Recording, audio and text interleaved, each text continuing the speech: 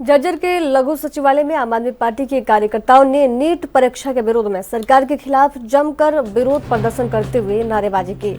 इस मौके पर आम आदमी पार्टी के जिले भर के तमाम कार्यकर्ता में अधिकारी मौजूद रहे। आम आदमी पार्टी के नेता अश्विनी दुल्हेड़ा ने कहा कि आज का हमारा मुद्दा नीट परीक्षा का है, जिसमें 23 लाख बच्चों ने नीट की परीक्षा दी और उन बच्चों का भविष्य अधर में है। अगर ऐसे ही पूरे देश में पेपर लीक होते रहे तो क्या जरूरत है परीक्षा देने की और क्या जरूरत है बच्चों के भविष्य को सुधारने की।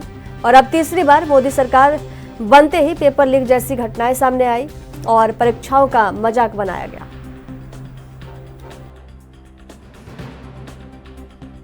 लेकर प्रोटेस्ट करें, मांग क्या है?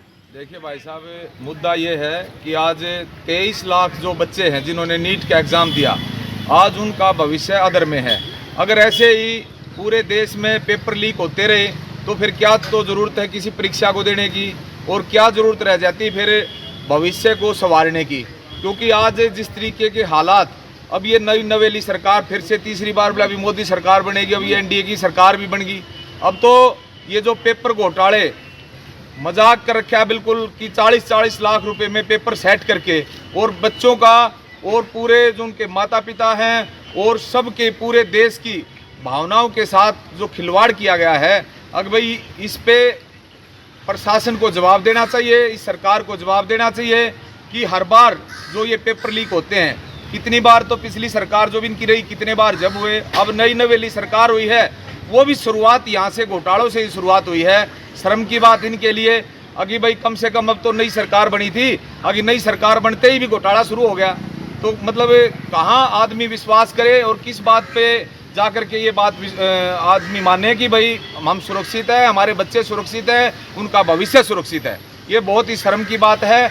और मांग हमारी यही है कि भाई ये इस देश के लिए सबसे शर्मनाक बात है। अगर इसमें सख्त से सख्त कानून नहीं बनाया गया, सख्त से सख्त कानून नहीं बनाया गया, क्योंकि जो आज इन नेताओं के और इन जो सरकारों के, इनके तो बस की कोई चीज़ अब रही नहीं है।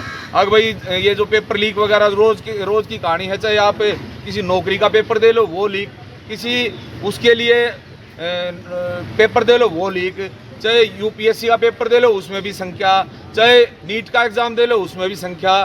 तो फिर अगर नीट का एग्ज़ाम कितना महत्वपूर्ण एग्ज़ाम है, अगर भाई जिस तरीके से अब जो डॉक्टर बच्चे बनेंगे तो इसका मतलब पेपर लीक करके और उनको पास करा के, तो किस तरीके मतलब देश कहाँ जा रहा है, ये सोचने की बात है, चिंता का विषय है।